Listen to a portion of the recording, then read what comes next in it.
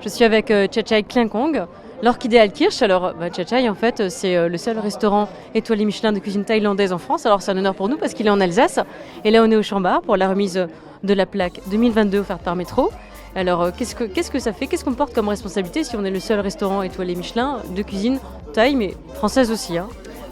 Écoute, ça représente pour moi le travail d'une équipe en salle, en cuisine, et surtout représenter aussi la cuisine thaïlandaise qui est un petit peu méconnue dans sa difficulté et dans ses saveurs. Ouais, exactement. C'est 100% thaïlandais ou c'est franco-thaïlandais? C'est franco-thaïlandais. Nous utilisons des techniques, des cuissons, des dressages français, parce que moi j'ai appris tout ici, tout en France, tout en Alsace. Tu peux citer un peu ton parcours? Écoute, j'ai fait mon apprentissage, j'ai fait un CAP, j'ai fait meilleur apprenti d'Alsace, un des meilleurs apprentis de France. Et puis j'étais aussi au rendez-vous de chasse avec Julien Bins pendant plus de 5 ans et demi, je crois.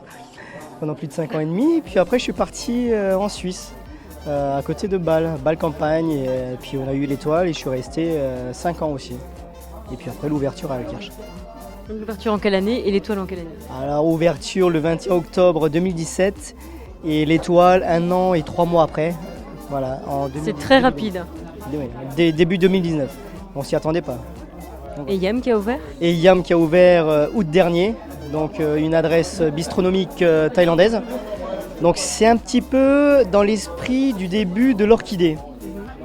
Si demain je viens à l'Orchidée et je dois goûter 2-3 plats marqueurs, qu'est-ce qu'on me conseille? Et puis alors du coup je me dis aussi la sommellerie, qu'est-ce qu'elle va associer comme vin? Et je crois que tu n'es pas venu tout seul. Oui, voilà, je suis venu avec mon sommelier Anthony. Bonjour, enchanté, Anthony, donc sommelier depuis 3 années avec Chachai à l'Orchidée. Un vrai plaisir de travailler avec sa cuisine atypique, très singulière, avec beaucoup de parfums, d'exotisme. Et on a la chance d'être en Alsace avec des cépages très variés, des terroirs très variés.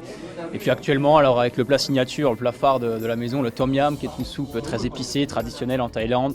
On propose de beaux vins de macération qui sont un peu de mise en ce moment en Alsace, le Gewürztraminer en l'occurrence. Et ce qui est beau avec la macération, c'est qu'on a les parfums, on a tous les attraits du cépage, mais aucune sucrosité ou très peu. On a de beaux amers qui rappellent un peu les écorces d'agrumes par exemple, et qui marchent très bien avec tout ce qui est plat très exotique et parfumé.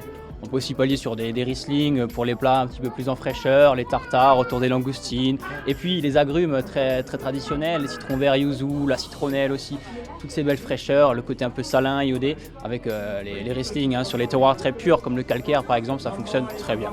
Et puis sur les vins rouges aussi, on peut même accommoder les viandes aux saveurs exotiques avec les beaux jus au tamarin, sur des pinots noirs un peu fondus avec un peu d'évolution, sans trop d'acidité, beaucoup d'épices, toujours pour faire le lien à l'assiette, c'est magnifique. Donc beaucoup de plaisir à travailler avec Chachai depuis 3 ans maintenant.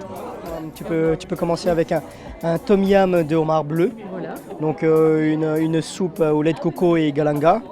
Ensuite, en ce moment, nous avons maintenant le pigeonneau des Vosges avec un petit jus au tamarin, cuit sur le coffre et tout ça, un petit jus au tamarin un petit peu sucré-salé. Et puis après, en dessert qu'on a revisité, un dessert traditionnel thaïlandais qu'on a revisité, c'est le mango sticky rice. Alors c'est un riz gluant cuit dans du lait de coco avec de la mangue fraîche. En fait, nous, on l'a retravaillé, on l'a fait en riz au lait de coco, beaucoup plus aérien, et puis avec de la mangue sauvage thaïlandaise. Alors je fais importer de la mangue sauvage, donc c'est super dur à en trouver.